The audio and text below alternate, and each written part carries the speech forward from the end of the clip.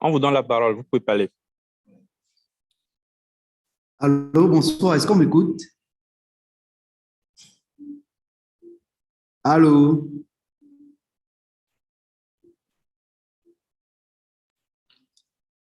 Son de grand. Oui, allez-y. On m'écoute? Est-ce qu'on m'écoute? C'est bon? Oui, c'est bon. Alors, je vais d'abord apporter un premier éclaircissement concernant l'intelligence artificielle, le machine learning, le deep learning. La plupart des informaticiens ont très souvent tendance à croire que les termes intelligence artificielle et machine learning sont interchangeables. Mais en réalité, ils n'ont pas exactement la même signification parce qu'il faut un peu revenir là-dessus. L'intelligence artificielle, de manière simple, c'est l'ensemble des techniques et des technologies permettant à une machine d'accomplir des tâches qui normalement nécessitent l'intelligence de l'humain, comme la reconnaissance d'images, ça c'est un exemple, la compréhension du langage naturel, la résolution des problèmes et plusieurs autres, j'en passe. Mais par contre, le machine learning est une sous-catégorie de l'intelligence artificielle qui a pour objectif principal de créer des modèles mathématiques à partir des données pour prédire des résultats ou identifier des tendances. Donc, il faut souvent faire la nuance. Ne pas dire, parce qu'il y a souvent les gens, j'ai entendu un jeune dire que l'intelligence artificielle, c'est la prédiction. Non, non. Donc, il faut faire la nuance entre ces thèmes, entre l'IA et machine learning. Alors, ça, c'était la première des choses que je voulais apporter. Mais par contre, vous n'avez pas essayé d'expliquer à ces jeunes la différence entre un data scientist et un data analyst. Je vais essayer de vous expliquer ça. Est-ce qu'on m'écoute? Oh, on m'écoute pas. Allô? Ouais, je suis encore pas dans le vide. Allô? Dans le vide. Oui, oui, on vous entend. Ah, de l'autre côté, est-ce qu'ils m'écoutent, quoi? Vous, les gens en ligne, est-ce que vous écoutez ce qu'ils sont en train de dire? Oui, nous, on vous suit, mais les gens en ligne, répondez aussi quand vous... Oui, et- c'est en ligne, oui, on vous entend. Donc, je peux poursuivre, c'est ça? Oui, Oui, oui, oui, c'est bon. oui. Ok. Alors, bon, je vous fais rapidement la différence entre un data analyst et un data scientist. C'est simple de connaître la différence. Déjà, tous sont des data, ils jettent tous des data, mais il y a une grosse différence entre les deux, ne pas confondre. Alors, un data scientist, c'est ce qu'on appelle un expert de l'analyse des données. Je vous prends un exemple simple. Facebook a assez de données et on a besoin de vendre, par exemple, des chaussures, des tennis. On veut savoir les gens qui sont intéressés par les tennis. Le travail du data analyst, il va aller, par exemple, collecter les données sur Facebook, savoir il y a tel nombre de jeunes entre peut-être 10 et 18 ans qui sont sur Facebook. Lorsqu'ils font des likes, lorsqu'ils font des partages, les partages tournent beaucoup plus autour des tennis qui ont telle forme. Donc, le data analyst, pardon, lui, il est expert dans l'analyse des données. Son travail est, comment est-ce que je vais dire ça? Le data analyst, qui est l'expert dans l'analyse des données, est différent d'un data scientist. Donc, lui, son travail, c'est d'analyser les données. Tu peux lui donner un grand nombre de données. Tu peux lui demander à un data analyst combien de personnes, combien d'Africains utilisent Facebook. Et les Africains qui utilisent Facebook sont dans quelle tranche d'âge? Lui, il passe sur les big data de Facebook, il étudie les données et il essaye de vous sortir des courbes correspondant au travail que vous lui avez demandé. Ça, c'est son travail. Bon, ils ont beaucoup de connaissances, les poussés dans le big data, les data analysts. Ils ont de très bonnes connaissances dans le big data. Par contre, un data scientist, un peu comme ce que je suis, est un expert dans la science des données. Vous voyez la nuance. Lui, il fait dans la science des données. Par contre, le data analyst, lui, il analyse les données. Alors, ce corps de métier consiste tout simplement à devenir un expert dans la science des données. Mais de façon concrète, de quoi il s'agit et vraiment quelle est la différence? Alors, l'analyse et l'exploitation des données existantes demandent un grand travail en amont, un très, très grand travail. Par exemple, quel est l'exemple clair que je peux prendre? Est-ce que vous êtes avec moi? Vous écoutez ce que je dis toujours? Oui. Oui, c'est bon. Alors, le data analyst, lui, son travail, Oui. c'est de construire des modèles. Vous voyez, par exemple, je peux construire un modèle d'intelligence artificielle qui permet de contrôler le nombre de blancs et de noirs qui entrent dans un aéroport. Le modèle d'intelligence artificielle que je crée, ça, c'est ce que le data analyst, data scientist fait. Lui, son travail, il construit des modèles. Par exemple, par contre, l'autre étudie ce qu'on a construit comme modèle pour pouvoir analyser ces données. Vous voyez un peu la nuance entre les deux? Pour être data analyst, il faut avoir une bonne connaissance dans du Java, du C++, du Python, du R, tout ce qui va ensemble. Donc, ça, c'est la différence. Le data scientist, lui, construit des modèles. Il fait dans la science des données. Il construit des modèles pour pouvoir étudier les big data, pour pouvoir analyser les big data. Par contre, le data analyst, lui, il se sert des modèles déjà existants, mais son travail, c'est uniquement l'analyse des données. En général, c'est comme ça qu'on fait la différence entre les deux. Je ne sais pas s'il y a d'autres questions. C'est comme si de l'autre côté, ils ne nous écoutent pas, ils sont partis. Oui, s'il te plaît, si tu peux recommencer la différence, ça serait bien.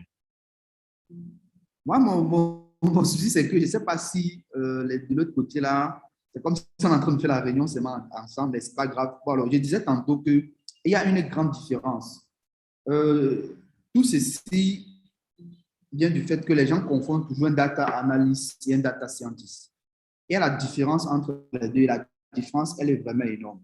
Les deux gèrent du big data. Big data en français veut dire les données gigantesques, des grandes données. Mais pour pouvoir gérer les données, chacun a son rôle. Il y a celui-là qui analyse les données, fait des prédictions avec. On veut savoir la tendance si le président du Togo doit se remporter les élections en fonction du sondage. Ça, c'est le travail du data analyst. Il se sert des données qui existent déjà pour pouvoir analyser ces données et faire des prédictions. Mais par contre, le data scientist, lui, il construit des modèles d'intelligence artificielle. Il peut construire des modèles à partir du machine learning, du deep learning. Par contre, le data analyst n'a pas besoin de connaître ce que c'est que les réseaux de neurones, le deep learning, il n'a pas besoin de connaître ça, le data analyst. Lui, il se sert des modèles. Par exemple, ils ont des logiciels assez précis qu'ils utilisent. Par exemple, les différents… je ne sais pas si vous avez entendu parler des DMX, bien des SQL. Ce sont des bases de données. Ce sont ça qu'ils utilisent ce genre de trucs pour travailler avec. Donc, forcément, le data analyst n'a pas besoin d'être très bon pour le code des modèles. Lui, son travail, c'est de se servir des modèles qui existent déjà, bien de gérer les data, les données qui existent pour prédire des choses. Comme j'ai pris l'exemple pour les élections. Mais par contre, le data scientist, lui, il est expert dans la science des données. Donc, lui, il se sert des données pour construire des modèles. Le data scientist, tu peux lui donner un travail assez simple, de construire un modèle d'intelligence artificielle. Vous voyez que le data scientist, lui, il est un programmeur parce qu'il se sert du code Python ou bien, je ne sais pas trop, de Java, tout ce qui va avec pour pouvoir construire des modèles, pour pouvoir aider le data analyst pour faire des prédictions. Je ne sais pas si vous voyez la différence. Ça, c'est un peu ça, la grosse différence. L'autre construit des modèles, mais l'autre se sert des données pour prédire des choses. Dit comme ça, c'est vrai que c'est cogné, ça allait un peu fort, mais je pense quand même que vous avez suivi l'essentiel. Est-ce qu'il y a des questions? S'ils sont là même. Nous sommes 17 en ligne. Oui, monsieur. On est là. Monsieur Kodjo. Oui. Ouais, je vois les gens, OK. Donc, moi, par exemple, moi, j'ai quand même un background de data scientist. Le plus gros travail qu'on faisait, on avait peut-être 5 à 6 choses qu'on faisait au quotidien. Créer, par exemple, des nouveaux modèles de base de données. Ça, c'est le travail qu'on faisait en vue d'améliorer les techniques, par exemple, de vente, de stratégie marketing d'entreprise. Il y avait aussi développer des algorithmes. Bon, ça, c'est le plus gros travail d'un data scientist. Il développe des algorithmes d'intelligence artificielle. Par exemple, la reconnaissance faciale, on peut dire, en fait, un data scientist, il développe des algorithmes. Ça, c'est l'une des choses. Il développe aussi des outils, des processus. Oui. Oui, allô? Oui, Je ne sais pas oui, si oui. vous m'entendez. Donc, Monsieur- voilà. Oui. Donc, je voulais juste ajouter un peu à ce que vous disiez. Oui, Euh, je ne sais pas si ceux qui sont sur place, ils nous attendent toujours, ou bien c'est seulement ceux qui sont en ligne. Mais effectivement, vous avez raison. Le problème, c'est que généralement, selon la taille de l'entreprise ou bien les ressources dont ils disposent, il arrive que les data scientists jouent le rôle de data analyst, ce qui porte généralement confusion. Maintenant, si on veut dire rigoureusement, ou bien si on veut être un peu plus rigoureux dans la définition de ces deux termes, le data analyst, c'est un peu comme quelqu'un qui, une fois qu'il a accès aux données, il va essayer de faire sortir quelques statistiques, quelques, je vais dire quelques chiffres, en gros, de l'exploration des données, essayer de dire un peu la tendance dans les données. Donc, le data scientist, lui aussi, généralement, il fait ce travail-là. Parce que tu ne peux pas être là en même temps, commencer par construire un modèle, non. Mais au-delà du data analyst, ce que fait le data scientist, c'est que lui, il peut essayer de, par exemple, construire un modèle, ça y est, automatiser le système de telle manière que prochainement, on peut prédire à partir de ce qu'on observe déjà dans la tendance. C'est un peu la différence. Normalement, le data analyst, il peut lui se limiter à l'analyse, ça dit fournir des chiffres, fournir des indications. Mais le data scientist, au-delà de ça, il lui peut construire un modèle, par exemple, faire du réseau de neurones, tout ce qui va avec. Maintenant, le data engineer, c'est qui?